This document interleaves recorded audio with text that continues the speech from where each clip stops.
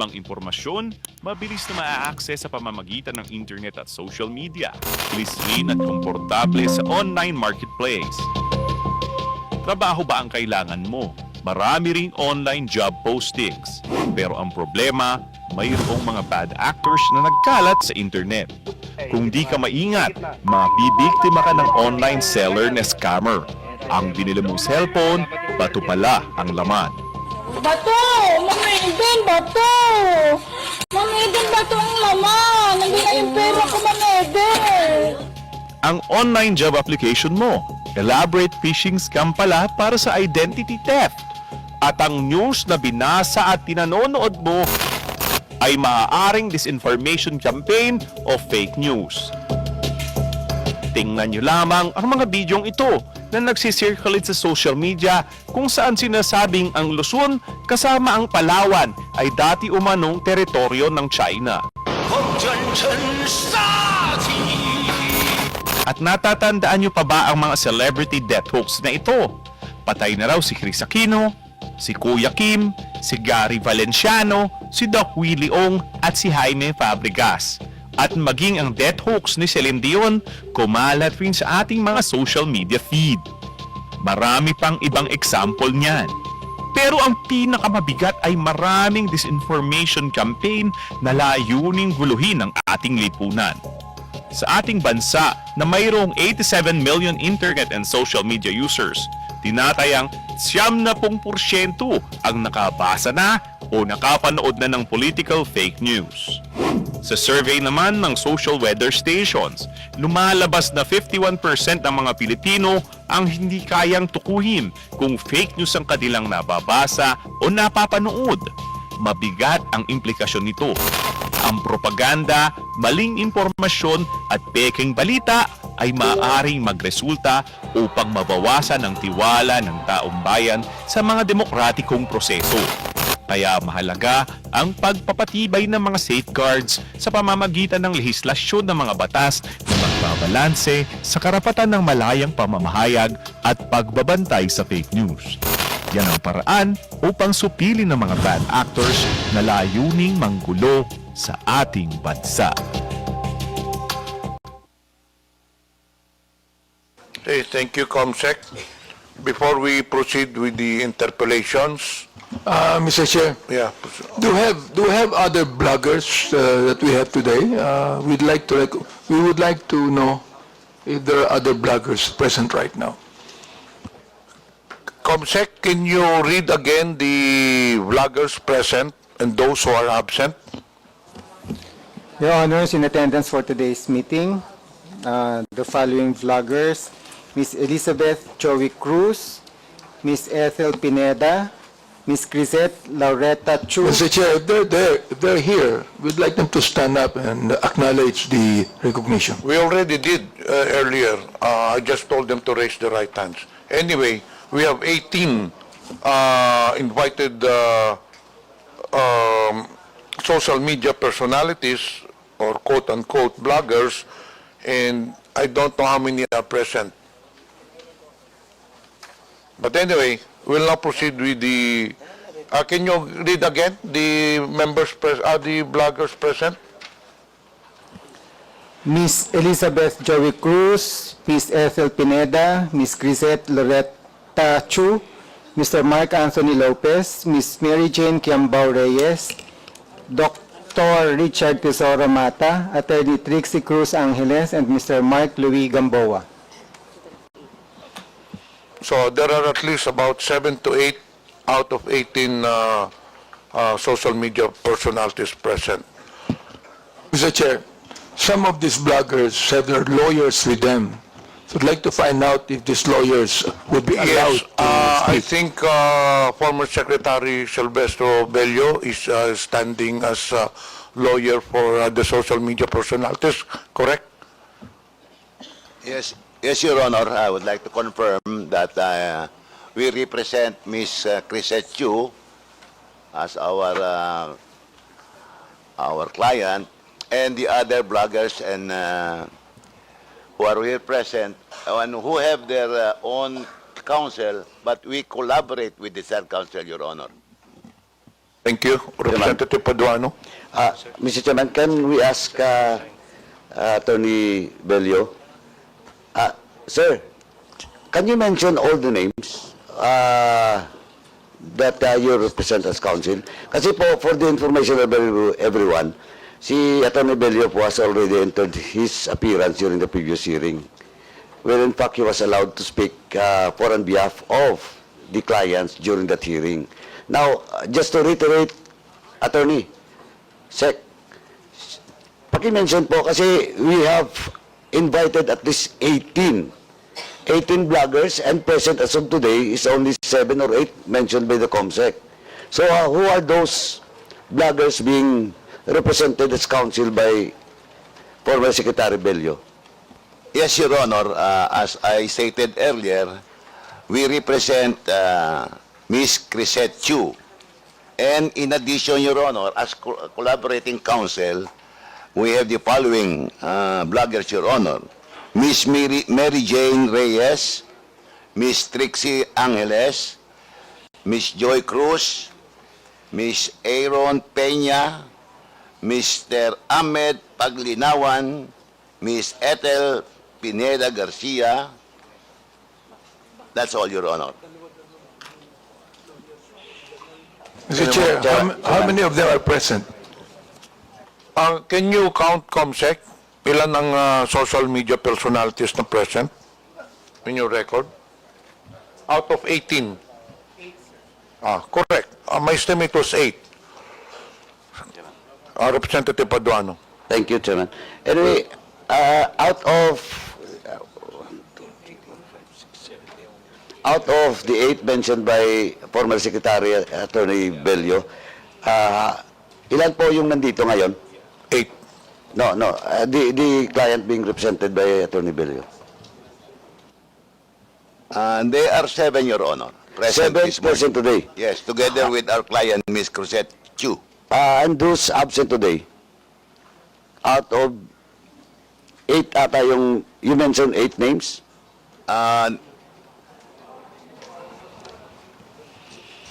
In addition to our client on record, Ms. Chu, Your Honor, we are collaborating with the counsel, with their counsel, Attorney Gonzales, and they are only 6 present this morning, Your Honor. And who are those absent today? Paki-mention na po yung absent. Para ma-check lang po sa record doon sa invitation that was sent to them. Kung ano pong status nun. We only represent, Your Honor, those, in collaboration, only those who are present this morning, Your Honor. Only those. Yes, Your Honor. So that's, Mr. Chairman, that's on record that they will only represent those present today. Yes, Your Honor, those present today. Only in collaboration with their counsel on record, Your Honor. Sec, hindi ko po ma-remember if the co-counsel of those bloggers have already entered their appearance during the previous hearing. No. You don't want. Your Honor, our recollection is only to our counsel, our client on record, Ms. Chu. As to the other bloggers present this morning, we only appear in collaboration with their counsel on record, Your Honor. So, all those counsel for those other bloggers present today, nandito ba? Ano ba? Ano? Okay. Ito si Juan. Si Ethel. Now, I mentioned already Dr. Ethel Pineda and MJ.Q. Reyes. And also with Attorney Trixie Angeles, Your Honor. And Ahmed Paglinawan, Your Honor. We mentioned that earlier. I understand there are 7 names you mentioned, but what I'm asking is there a co-counsel for these bloggers na nandito ngayon? Wala, Your Honor.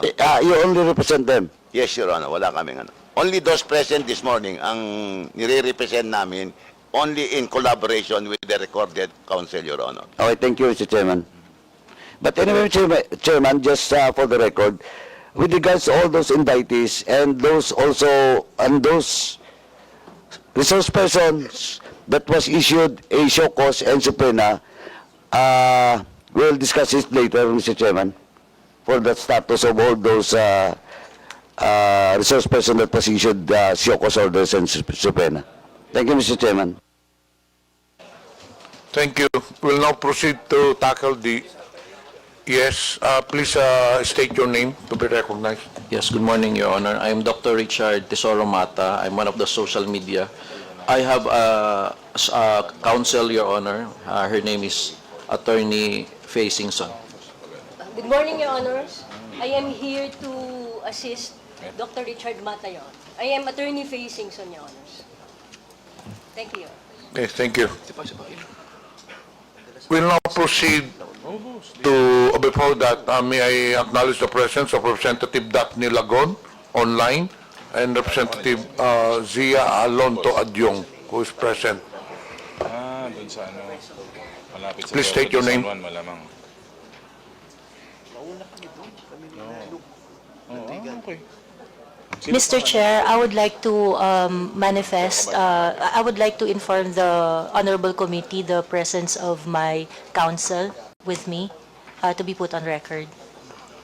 Okay, your counsel, please. Good morning, Mr. Chair. I'm Attorney Mark Anthony and Manuel, counsel for Miss Elizabeth Joey Cruz. Thank you. Okay, noted. We'll now proceed. The first issue that to tackle is the social Chair? media personality. Representative Pablo Ortega. Sorry. Siguro po, Mr. Chair, maganda po na kunin din yung ginagamit nilang mga pangalan, yung mga vloggers. Kasi may parang account name po sila, saka screen name or aliases to be included po sa record as... Kasi may attendance po sila as their individual names. Maganda po siguro makuha din po yung account names. Comsec, Thank please you. attend to it para hindi na natin isa-isahin pa. Can you approach the social media personalities? What are the names that they're using in their blog? Are there any statements from the social media personalities? Do you have a leader or a spokesperson? Yes, proceed. I'll give you 2 to 3 minutes for a statement.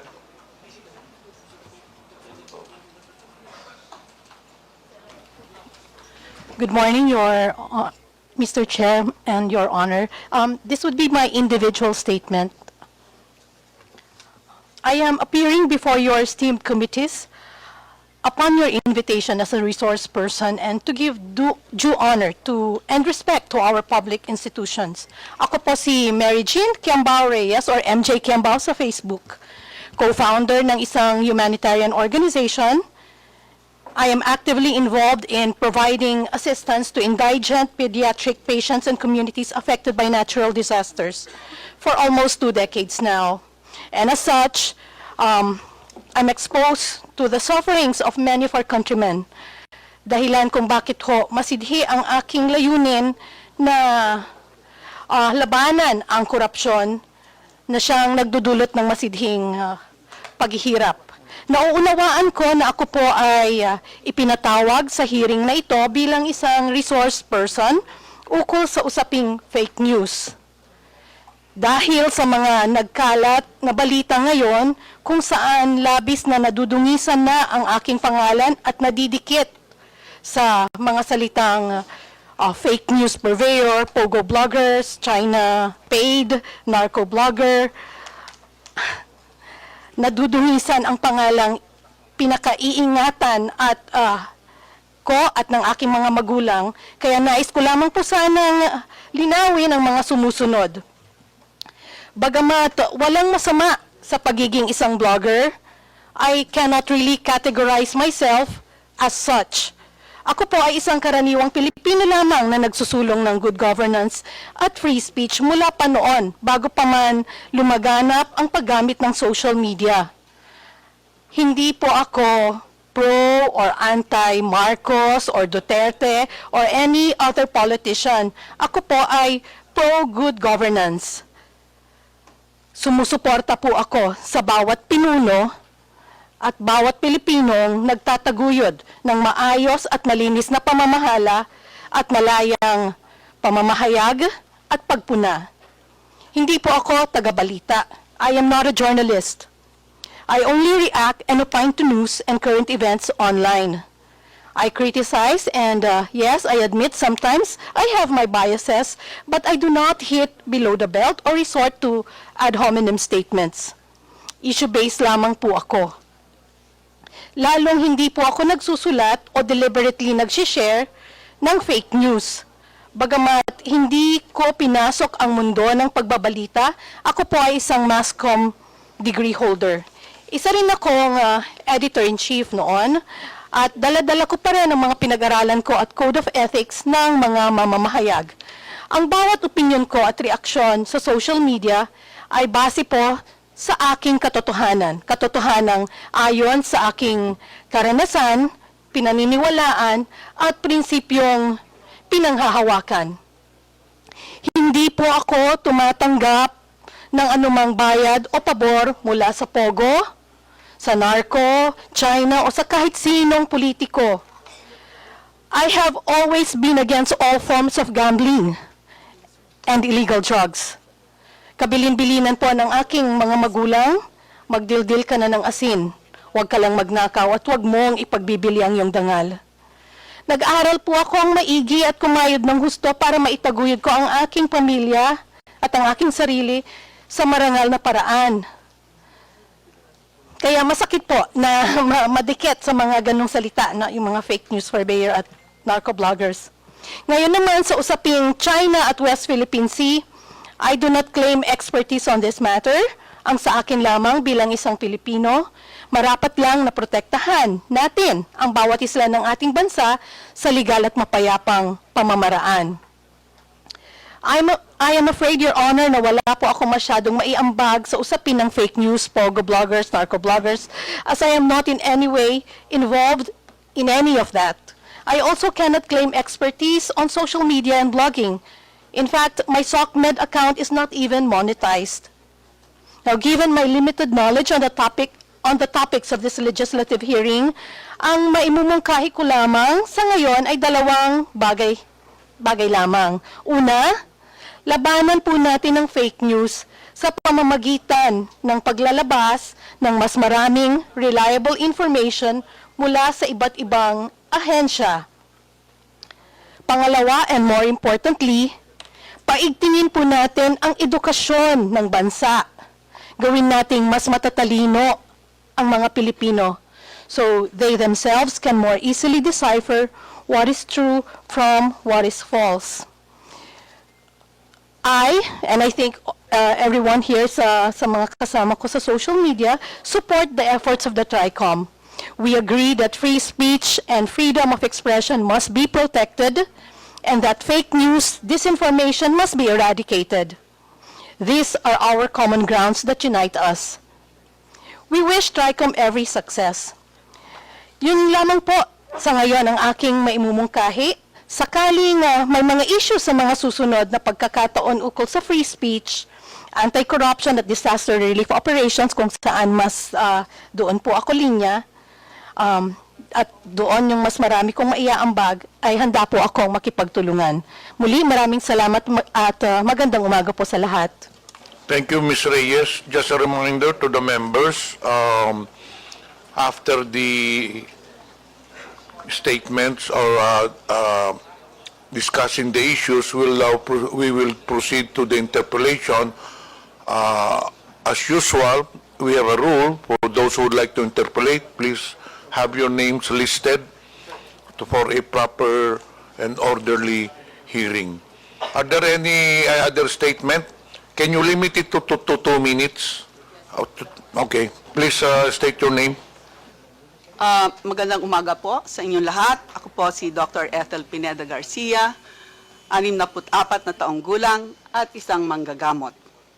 No, ako po ay pinadalhan ng imbitasyon na dumalo sa hearing, sa unang hearing, kung saan ako po ay magiging isang resource person tungkol sa fake news. Pwede lapit po yung mic. Reminder to all the Alright. members and resource persons, may problema po tayo sa audio. So, when you speak, please ilapit lang po yung mikropono. Salamat po. Nang ako po ay pinadalhan ng imbitasyon na dumalo sa hearing kung saan ako po ay magiging isang resource person tungkol sa fake news at ang pagpondo ng mga pogo at narcos, ay nasurpresa po ako dahil sa mga sumusunod. Hindi po ako gumagawa o nagsusulat ng news o balita. Ako po ay nagkokomentaryo lamang sa mga nababasa ko. Sa aking pagkakaunawa ay maroon tayong kalayaan na sabihin ang ating mga opinyon sa mga pangyayari at sa ating kapaligiran ayon sa saligang batas. Wala po akong kaalaman sa pogo at narcos. Ako po ay nag-aral ng mahabang panahon. Nalalaman niyo naman po kung gaano kahaba ang pag-aaral ng medisina at pagkuha ng espesyalisasyon. Sa akin pong panig ay 2 beses po ako ang nag-specialize. At nag-practice ng medisina sa hangad na mabuhay ng marangal na di umaasa sa iba, lalo na sa masamang pinanggalingan ng pera.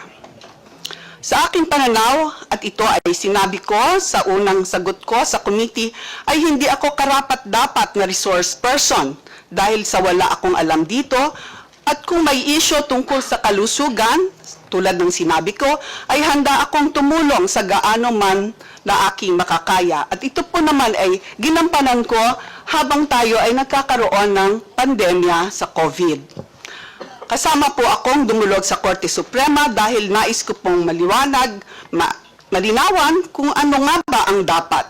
Nananalig po ako na ang batas ay dapat sundin ng lahat. Ang aking pamumuhay ay simple lang.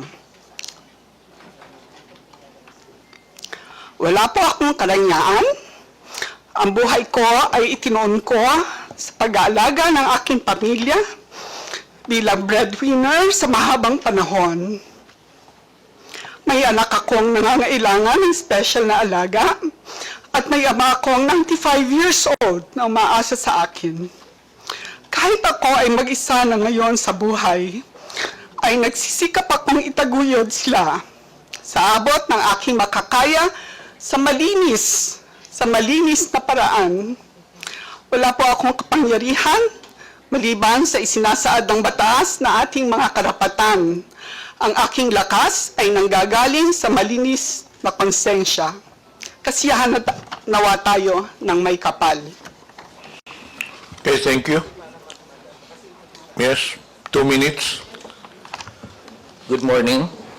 Ako po si Dr. Richard Tesoro Mata. I am a pediatrician for more than 20 years sa Davao City and Panabo City.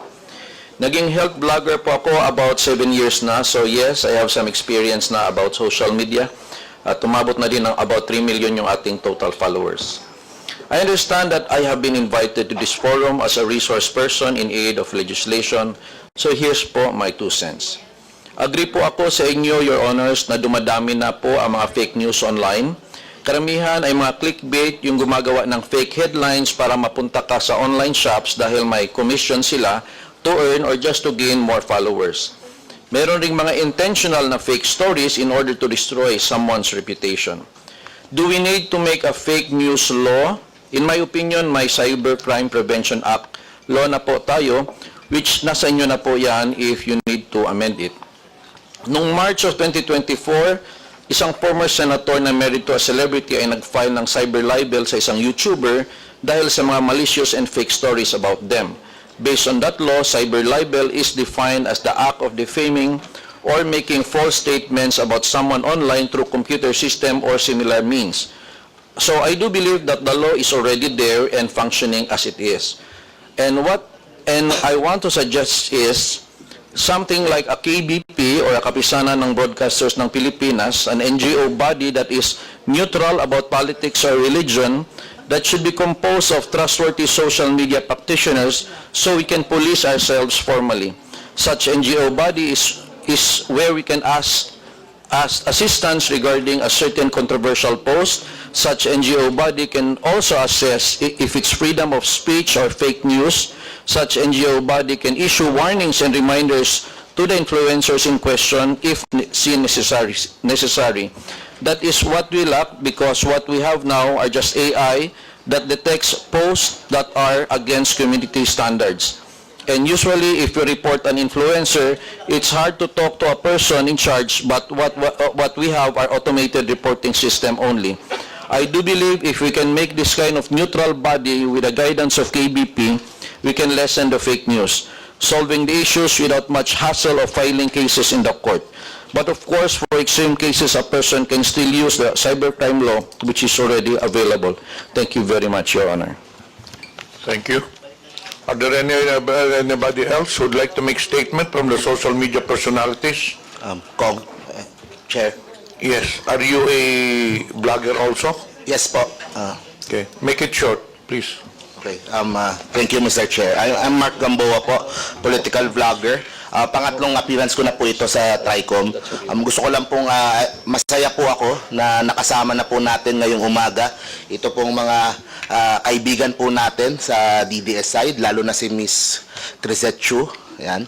Kamusta po? Ako po, ang gusto ko lang po sabihin, bukod po sa fake news, kasi po dahil sa aming mga vloggers na rin, nagkaroon po ng culture of hatred, toxicity sa social media. So para sa akin, maganda po yung pagtitipon na ito, na nagkakasama-sama po lahat, para po mapag-usapan po yan, at makita po ng publiko naman na pwede naman magkaiba ng politika kaming mga vloggers, pero at the same time, pwedeng may respeto pa rin sa isa't isa. And also, kasi po nasanay na po ang mga kababayan po natin sa kultura na porket online, kung ano-ano po yung sasabihin doon po sa mga personalidad o sa mga tao, mga masasakit na salita. Ang maganda nga po dito, nandito po tayo ngayon, nandito yung mga vloggers from different political camps. Kung meron silang gustong sabihin sa mga, for example, kay General Torre dito, pwede po nilang sabihin harapan po. Hindi po yung sa social media lang, at pwede po nilang face-to-face po sabihin. Kasi po minsan po, ang nangyayari po dahil social media, sa pagka-toxic po, doon na po, kumaga mas tumatapang po yung mga kababayan po natin na hindi naman kayang sabihin face-to-face. So, yun lang naman po. Thank you po, Mr. Chair. Okay, we'll now proceed with the social media platforms. We have here the representative from TikTok, Ms. Pichi Paderna. You now Good morning, have the floor. Mr. Chair. You now have the floor. Mr. Chair, we actually have a video that we'd like to share with the Honorable Committee. We'd like to request the committee secretary to play the video, please.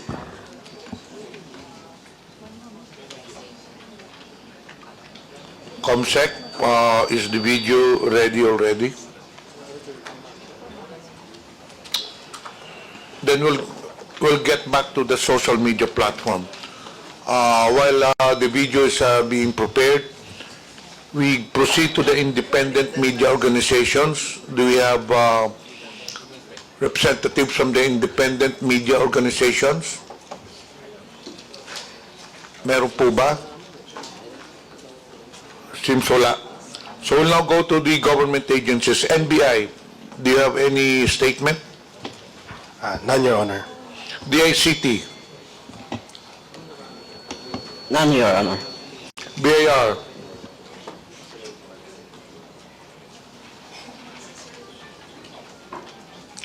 AMLA,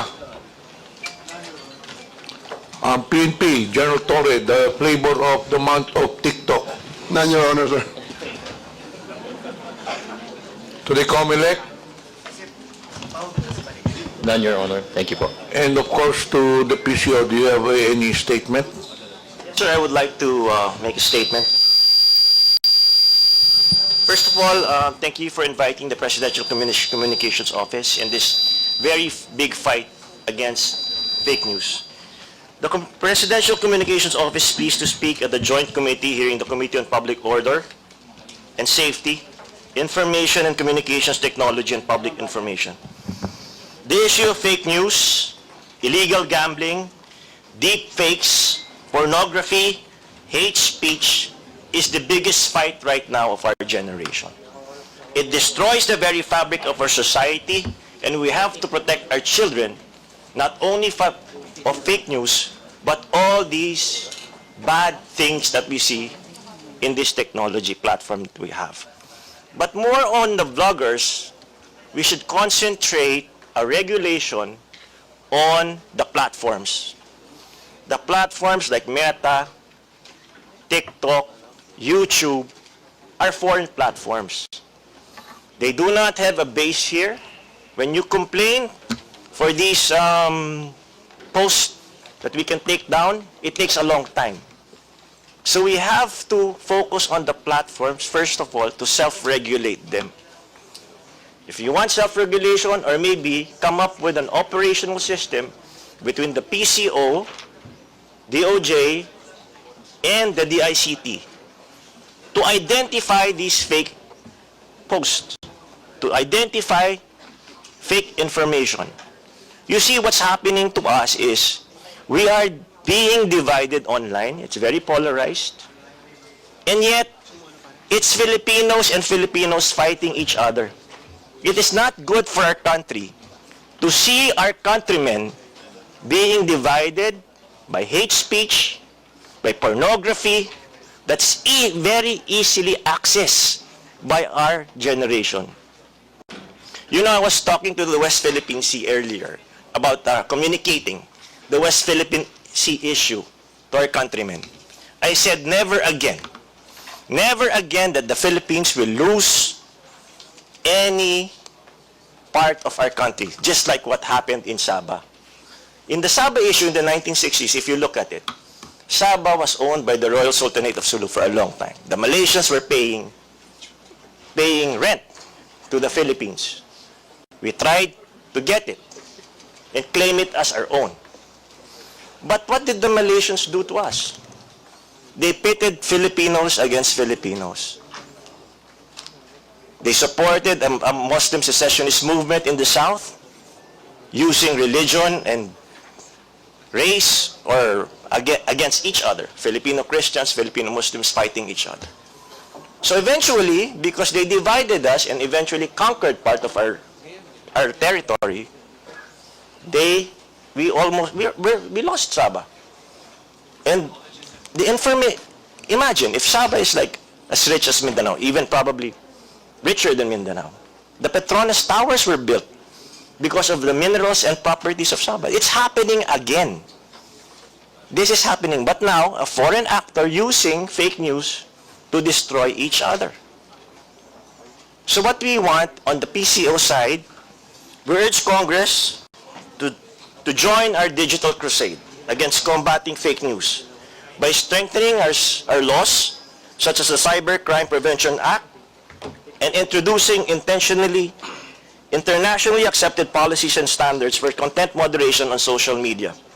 I respectfully encourage our honorable lawmakers to consider the framework of the Digital Services Act, a recently adopted EU regulation which prevents illegal and harmful activities online and the spread of disinformation while still ensuring that the freedom of expression is upheld. The danger right now, sir, the greater danger right now, aside from fake news, is deep fake, wherein you put a person's face on another person. There were several complaints raised with the PCO that said, sir, tignan mo naman, may mga known personalities recruiting on advertising, mga scams. Yung mga OFW natin, nai-scam.